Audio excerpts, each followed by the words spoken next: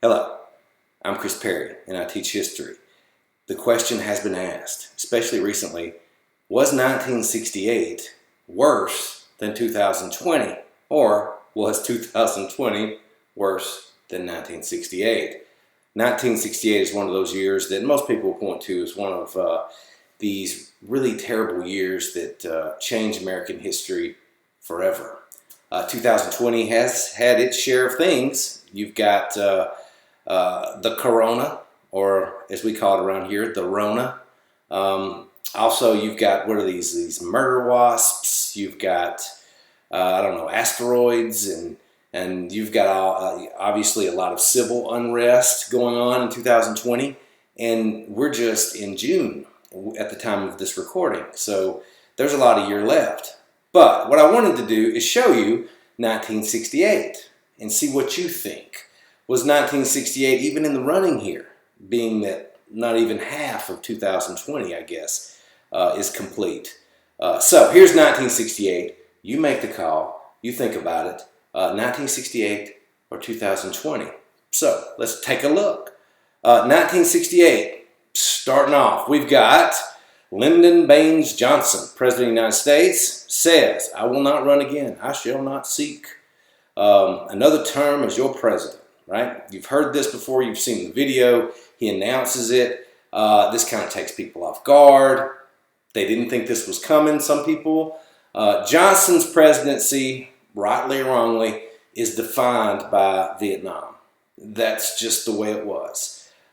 He did some really important things. Civil rights legislation. There's a lot of things that people point to and say Johnson did really well. But he is defined by the debacle that was Vietnam. Okay? Rightly or wrongly, that's what it is. And I think he wanted to get out while the getting was good, and that's exactly what he did. Now, what this does is it creates kind of a vacuum and allows for different things to happen. Because Johnson, if I had to guess, he probably would have been a very strong candidate in 68. Normally, in times like 68, you at least at that particular time, he would have carried quite a bit of support under the situation that the country was in, however you want to look at it. But it doesn't matter because he decides not to run. So that's that. Now, speaking of Vietnam, you've got the Tet Offensive, and this turns into just horrendous. This is the New Year in Vietnam for the North Vietnamese. They celebrate this, and then they start attacking different areas of the Americans, the South Vietnamese. So you see where this is going, right? It turns out really it's one of these things that will increase not only casualties, but the way that the war is carried out. So this was a really bad thing. You could spend hours talking about just this, but this happened in 1968, the Tet Offensive. So another thing to add to your building blocks of these things that are going on, right? Here's another one. Martin Luther King Jr. was assassinated. Now this is one of those things that, a voice was silenced. One of the most important people of the 60s for civil rights and just in general. He was in Memphis, Tennessee. His famous mountaintop speech was given the night before he was assassinated. And he sort of alludes to the fact, I may not get there with you. It's a really, when you look at that speech in retrospect, it's almost like a goodbye. It was a pretty terrible event. And what a lot of people don't know is Martin Luther King Jr. was in Memphis to support the treatment of garbage workers in Memphis when he was assassinated. And I think that speaks really to the kind of person that Dr. King was. He was there to support garbage workers in Memphis, Tennessee, and he lost his life doing so. Now, another thing happens. The leading Democratic candidate, Bobby Kennedy, running very strongly, likely would have been the Democratic nominee for president in 1968.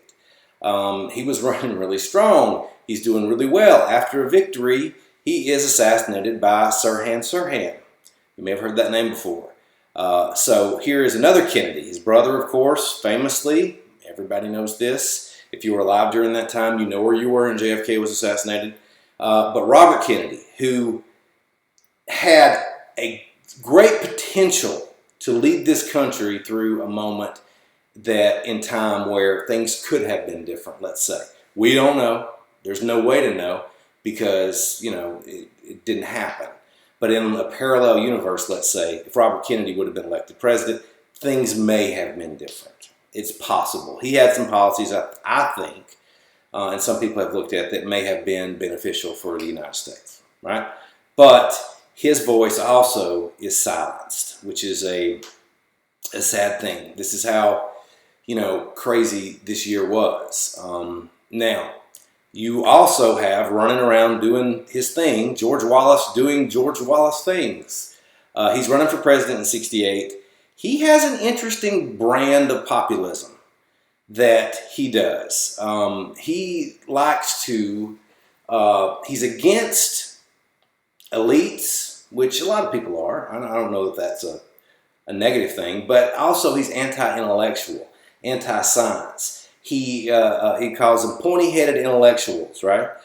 He has an appeal to the white working middle class that actually the one person that scared Nixon was Wallace, because Wallace was appealing to the types of voters, at least, that may be voting for Nixon.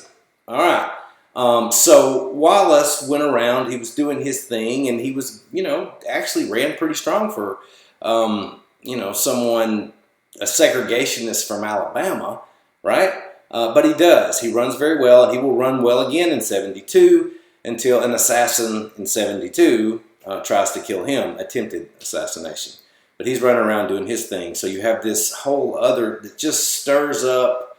There's a lot going on, right? Now, the Democratic National Convention turns into a cluster, right? You've got riots, and this is a picture. I love this picture here, because the chaos that was in Chicago during this convention is coming from all different angles, all around. It is broadcast live for everyone to see.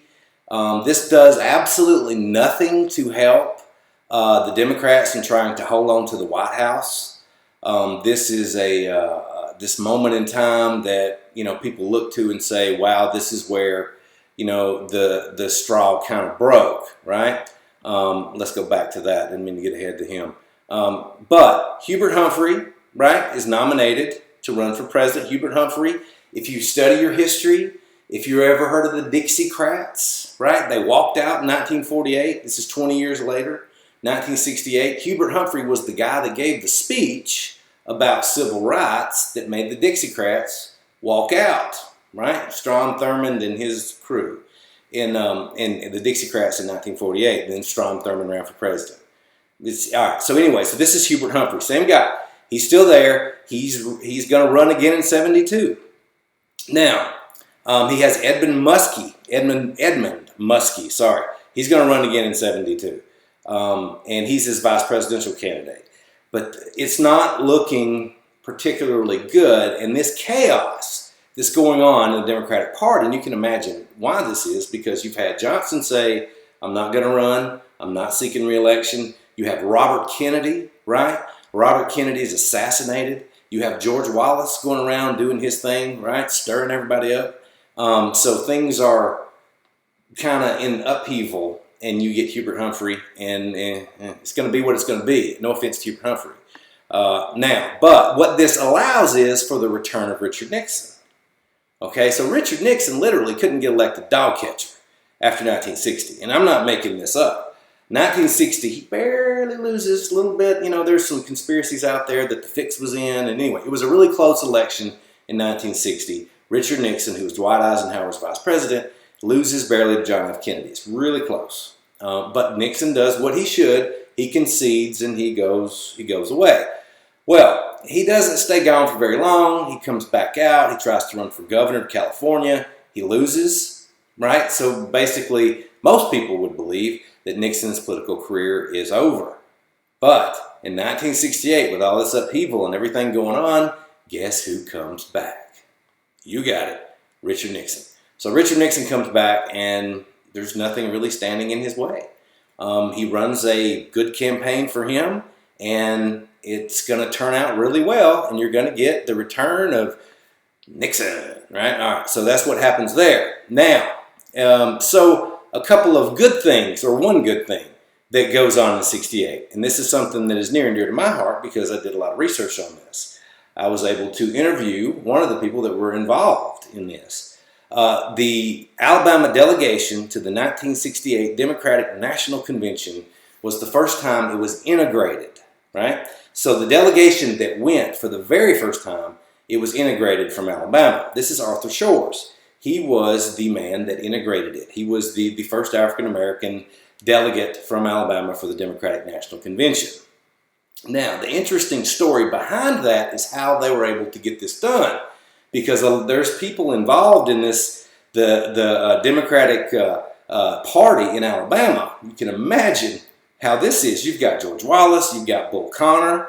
We're going to see Bull in a minute. You've got these folks running around. Well, it was genius. Robert Vance, who was the chairman of the Democratic Party in Alabama, and Chris Doss, a main member of the Democratic Party in Alabama, they worked this amazingly with the help of Marie Jemison and some other things. So the interesting part about this is Marie Jemison, she goes by Marie, I understand, or did.